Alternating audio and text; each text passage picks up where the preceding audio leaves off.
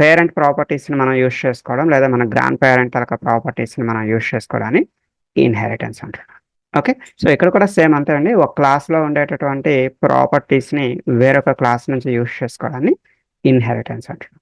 ఒక క్లాస్లో ఉండే ప్రాపర్టీస్ని వేరొక క్లాస్ నుంచి యూజ్ చేసుకోవడాన్ని ఇన్హెరిటెన్స్ అంటున్నాం. బట్ క్లాస్లో ప్రాపర్టీస్ అంటే అర్థం ఏంటమ్మా? What are the properties inside a class? So class లోపల మనకి మెథడ్స్ అనేవి ఉంటాయి, వేరియబుల్స్ అనేవి ఉంటాయి. అంటే క్లాస్లో ప్రాపర్టీస్ అంటే అర్థం ఏంటమ్మా? Methods and variables. సో ఒక క్లాస్లో ఉండే మెథడ్స్ని, వేరియబుల్స్ని వేరొక క్లాస్ నుంచి యూజ్ చేసుకోవడాన్ని మనం ఏంటున్నాం? ఇన్హెరిటెన్స్ అంటున్నాం. So observe the definition. ఈ డాక్యుమెంట్ ఆల్రెడీ మనకి జీ డ్రైవ్లో ఉందమ్మా, యాజ్ వెల్ యాజ్ నేను ఎండింగ్లో నేను మీకు పంపిస్తాను కూడా. సో జస్ట్ వినండి, ఏం రాయాల్సిన పని లేదు. So with using the inheritance concept we can use one class methods and variables in another class. ఒక క్లాస్లో ఉండే మెథడ్స్ని, వేరియబుల్స్ని వేరొక క్లాస్ నుంచి యూజ్ చేసుకోవచ్చు. మనం ప్రాక్టికల్గా చూద్దాం.